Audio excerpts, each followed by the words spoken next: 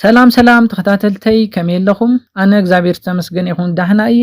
ኣብ ናይ ልምዓንቲ መደበይ ደቂ ኣንስትዮ ዝምነይኦ ናይ ጾታዊ ርክብ ዓይነት ሒዘልኩም መፅእ ኣለኹ። መደበይ ላይክ ብምግባር ጀምርዎ። ነዚ ቻነል ሓደሽቲ ዝኾንኩም ሰባት ላይክ፣ ሼር፣ ሰብስክራይብ ብምግባር ናይ ቻነልና ስድራ ንኽትኮኑ ብኽብሪ ሓትት።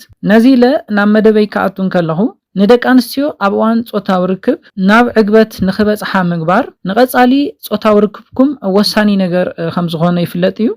ምክንያቱ እንታይ እዩ? ዘይተዓግብን ዘይትሕጎስን እንተኾይና ምሳኹም ዝግበር ጾታዊ ርክብ ዘይትደልዮን ዘይትምንዮን ክኾና ስለ ዝኽእል እዩ። ነዚ መፍትሒ ዝኸውን መደብ ኣዘጋጅልኩም ኣለኹ። ቅድሚ ናብ ጾታዊ ርክብ ምእታውኩም ክትገብርዎ ዝግባእ ብዙሓት ነገራት ኣለዉ። ምክንያቱም ደቂ ኣንስትዮ ብጾታዊ ርክብ ጥራሕ ዘይኮነስ ብቅድሚ ጾታዊ ርክብን ብድሕሪ ጾታዊ ርክብን ብዝግበሩ ነገራት ተሓጓስ ክትረክብ ስለ ትኽእል እዩ። ንኣብነት ቅድሚ ርክብ ክትገብርዎ ዝግባእ ኣብዝሓ ደቂ ኣንስትዮ ዝምነዮ ኮይኑ ግን ዘይዛረብኦ ነገር ኣሎ። እቲ ቀዳማይ እንታይ እዩ? ናይታ ጓል ኣንስተይቲ ናይ ጾታዊ ርክብ ስፓት ፈሊኻ ምፍላጥን ምንኽኻእን እዩ። ናይ ርክብ ድሌታ ዝቕስቅሱ ብዙሓት ቦታታት ኣለዉ። ንኣብነት ኣብ ክሳዳ ከባቢ ዘሎ ኤርያ፣ መቐመጫኣ፣ እዝና፣ ኣብ መንጎ እግራ እዚአን ዝኣመሰሉ ቦታታት ብምንኽኻእ ናይ ጾታዊ ርክብ ድሌታ ምውሳኽ ይከኣል እዩ። ስለዝኾነ ደቂ ኣንስትዮ ነዘን ቴክኒክስ ፈሊጥካ ናይ ጾታዊ ርክብ ድሌታ ዘለዓሉ ናይ ሰውነታ ክፍልታት ኣብ ትነኻኽአን እዋን ትምሕዚ ሪኣቶ ኣብ ዘይትፈልጥ ስምዒት ስለተኣትው ምሳኻ ትገብሮ ጾታዊ ርክብ ተናፋቕን ይርሳዕ ክትገብሮ ትኽእል ኢኻ። ስለዝኾነ ነዘን ቦታታት ኣክሰስ ንምግባር ንኣብነት ክሳዳ ከመይ ጌር እየ ክነኻኽኣ ዝኽእል ክትብሉ ትኽእል ኢኹም። ንኣብነት ጓል ኣንስተይቲ ኣብ ከንፈር ንከንፈር ምስዓዓም ግዜ ኣብ ልዕሊኹም ኮፍ ኣቢልኩም ኢድኩም ናብ ድሕሪት ብምስዳድ እስካብ ጨጉራ ታሕቲ ከባቢ ከምኡውን ኣብ እዝና ከባቢ ቀስ ኣቢልካ ብምንኽኻእ ነታ ጓል ኣንስተይቲ ናብ ልዑል ዝኾነ ስምዒት ክተእትዋ ትኽእል ኢኻ።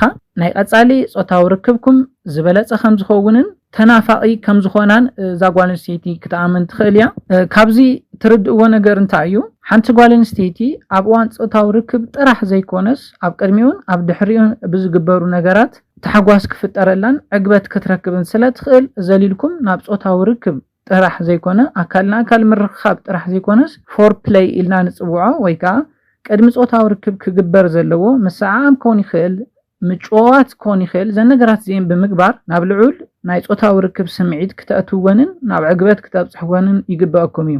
እቲ ካሊእ ክርሳዕ ዘይግብኦ ደቂ ተባዕትዮ ፍሌክሲብል ክትኮኑ ኣለኩም። ደቂ ኣንስትዮ ኣብ እዋን ጾታዊ ርክብ ንደቂ ተባዕትዮ ከም ድሌተን ከንቀሳቕሳ ይደልያ እየን። ኮይኑ ግን ኣብዝሓ ደቂ ተባዕትዮ ነታ ጓል ኣንስተይቲ ብታሕቲ እንተገይሮም ዘይለዓሉን ሙሉእ ክብደቶም ኣብ ልዕሊ እታ ጓል ኣንስተይቲ ዝፅዕኑ ከም ዝኾነ ይፍለጥ እዩ። ኮይኑ ግን እዚ ትኽክል ኣይኮነን። ንጾታዊ ርክብኩም ትናፍቆን ትምንዮን ንምግባር ብዝተፈላለዩ ፖዚሽናት ክትጥቀሙ ኣለኩም። ንኣብነት ነታ ጓል ኣንስተይቲ ኣብ ልዕሊኣ ኮይንካ ትስዕማ እንተሃሊኻ ማቻ ዘይክስምዓ ስለ ዝኽእል እንተተኻኢሉ ንዓኣ ብላዕሊ ጌርካ ጎኒ ንጎኒ ኮይንኩም እንዳቀያየርኩም እንተጌርኩም ትናፍቆን ትምንዮን ዓይነት ርክብ ክትፍጽሙ ትኽእሉ ኢኹም። ስለዝኾነ ካብዚ ክትርድእዎ ዝግባእ ነገር እንታይ እዩ?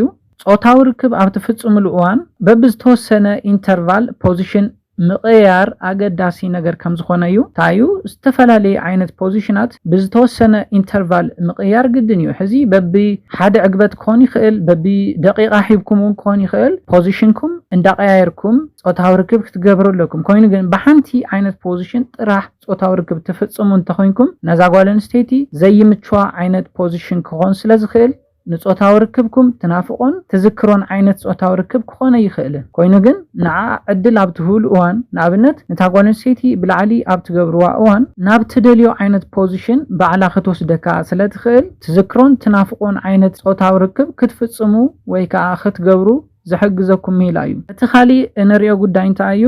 ንጾታዊ ርክብ ዘለዓል ስምዒት ክህልወካ ኣለዎ። ቅድሚ ናብ ጾታዊ ርክብ ዘሊልኩም ምእታውኩም እዚ ማለት እንታይ ማለት እዩ ናታ ብልዕቲ ምስ ናትካ መትሎ ቅድሚ ምርኻብኩም ናታ ስምዒታት ከለዓሉ ዝኽእሉ ነገራት ክትገብሩ ኣለኩም ንኣብነት ኣእጋራ ማለት እውን ኣብ ብርካ ከባቢ ከምኡውን ኣብ ትሕቲ ብርካ ከባቢ ክትስዕም ኣለካ እዚ ኣብዝሓ ግዜ ኣብ ናትና ማሕበረሰብ ዝተለመደ ነገር ኣይኮነን ኮይኑ ግን ኣብ ብርካ ከባብን ኣብ ትሕቲ ብርካ ከባብን ክትስዕማ ከለኻ ንዓ ዘለካ ክብሪ ስለትርዳእ ኣብዚ ግዜ ናይ ጾታዊ ርክብ ስምዒታ ብዘይ ምኽልካል ክትህበካ እቲ ኻሊእ ክትፈልጥዎ ዝግባእ ናይ ጾታዊ ርክብ ወሳኒ ነገር ኣሎ እንታይ እዩ እዚ ድራቲክ ዝበሃል ናይ ጾታዊ ርክብ ኣነኻኻ እዩ ድራቲክ ዝበሃል ናይ ጾታዊ ርክብ ኣነኻኻ እንታይ እዩ ዝብል ነገር ክንርኢ ተለና ናትካ ሰውነት ንናይ ታጓል ኣንስተይቲ ሰውነት ቀሳቢልካ ደስ ብዝብል ኣነኻኻ ምንካ እዩ እዚ ድራቲክ ዝበሃል ናይ ጾታዊ ርክብ ኣነኻኻ እዩ ቀሳቢልካ ደስ ከም ዝብላ ጌርካ ቀሳቢልካ ምንኻ እዩ ሙሉእ ክብደት ሰውነትካ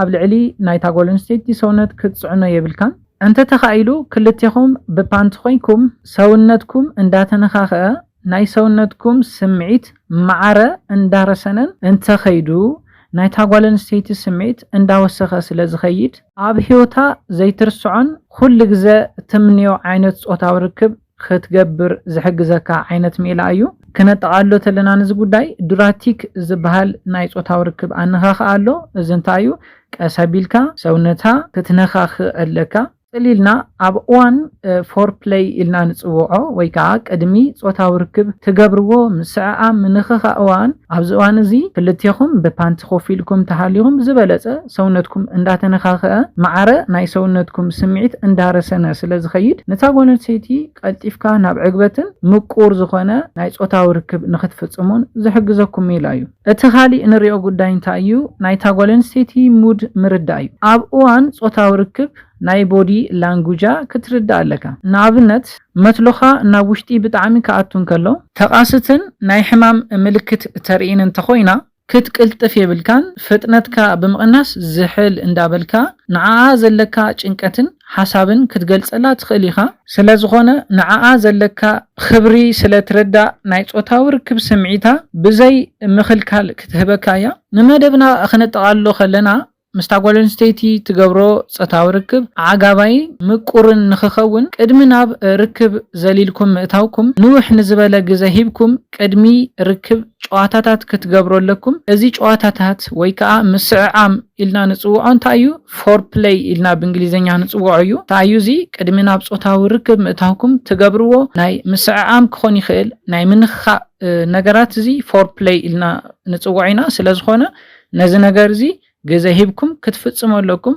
ዓጋባይ ዝኾነ ትናፍቆን ዘይትርስዖን ዓይነት ጾታዊ ርክብ ታጓል ኣንስተይቲ ንኽትገብር ፎር ፕሌይ ኣድላይ እዩ ናይ ሎማዓንቲ መደበይ ነዚ ይመስል ነይሩ ካብ ናይ ሎማዓንቲ መደበይ ዝኾነ ሓድሽ ነገር ከም ዝሓስኩም ተስፋ ይገብር ሓሳብ ርእይቶ እንተሃሊኩም ብኮሜንት ሴክሽን ግለጹለይ ሰላምን ጥዕናን ኩላትና ይቕኒለይ